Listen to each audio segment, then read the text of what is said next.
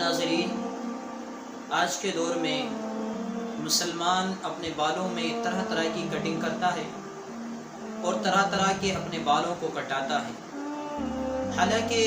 مسلمانوں کو چاہیے کہ وہ شرعی اعتبار سے اپنے بال رکھنے کی کوشش کریں اور جو طریقہ اللہ کے نبی علیہ الصلوۃ والسلام نے بتایا ہے اس طریقے پر بال کٹانے کی کوشش کریں۔ پیغمبر علیہ الصلوۃ والسلام سے 3 طریقے کے مطابق بال کا رکھنا یہ ثابت ہے اور 3 طریقے پر بال رکھنا سنت کہلاتا ہے۔ بال کٹانے کے 3 طریقے ہیں اور بال رکھنے کے سنت 3 طریقے ہیں۔ نمبر 1، یا تو انسان اپنے تمام بالوں کو کانوں کی لو تک رکھے، یا نمبر 2، کانوں کی لو اور کندھوں کے درمیان رکھے، یا پھر تیسرے نمبر پر کندھوں تک رکھے۔ یہ بال رکھنے کا سنت طریقہ ہے اور پیغمبر علیہ الصلوۃ والسلام نے امت کو یہ تعلیم دی ہے کہ وہ اس طریقے پر بال رکھنے کی کوشش کریں۔ جب بال بڑھ جائیں تو ایک مسلمان کو چاہیے کہ وہ مسلمان اس ہی طریقے کے مطابق بال کو کٹائے اور اسی طریقے کے مطابق اپنے بال رکھنے کی کوشش کرے۔ البتہ اگر کوئی آدمی ان 3 طریقوں کے علاوہ کوئی اور طریقے سے بال رکھنا چاہتا ہے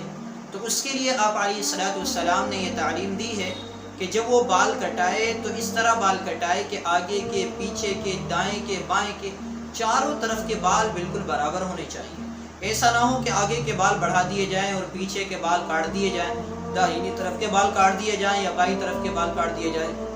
یہ چیز صحیح نہیں ہے، بلکہ بال رکھنے کا یا سنت طریقہ یہ ہے کہ ان 3 طریقوں میں سے کسی ایک طریقے کے مطابق رکھے جائیں، اور اگر کوئی آدمی ان 3 طریقے کے مطابق اپنے بالوں کو نہ رکھے تو پھر اس کو چاہیے کہ وہ اس طرح بال کٹائے کہ بال ہر جگہ کے بالکل برابر رہیں۔ آج کے دور میں جو فیشن چلے ہوئے ہیں اور مسلم نوجوان نہ جانے کیسے کیسے بال اور کس کس طرح کے بال کٹاتے ہیں، آگے کے کاٹ دیے، پیچھے کے چھوڑ دیے، دائیں طرف کے چھوڑ دیے، بائیں طرف کے چھوڑ دیے، پیچھے کے چھوڑ دیے یا پیچھے کے کٹا دیے، ایک عجیب سی کٹنگ چلی ہوئی۔ یہ ساری چیزیں غیروں کے طریقہ ہے، غیروں کی وضاحت ہے اور غیروں کے طریقے کے مطابق بال رکھنا ہے۔ اس لیے ایک مسلمان کو ان تمام چیزوں سے بچنا چاہیے، کیونکہ پیغمبر علیہ الصلوۃ والسلام نے مسلمانوں کو یہ تعلیم دی ہے کہ ایک مسلمان کے لیے یہ بات جائز نہیں ہے کہ وہ غیروں کی مشابہت اختیار کرے اور غیروں کا طریقہ اختیار کرے۔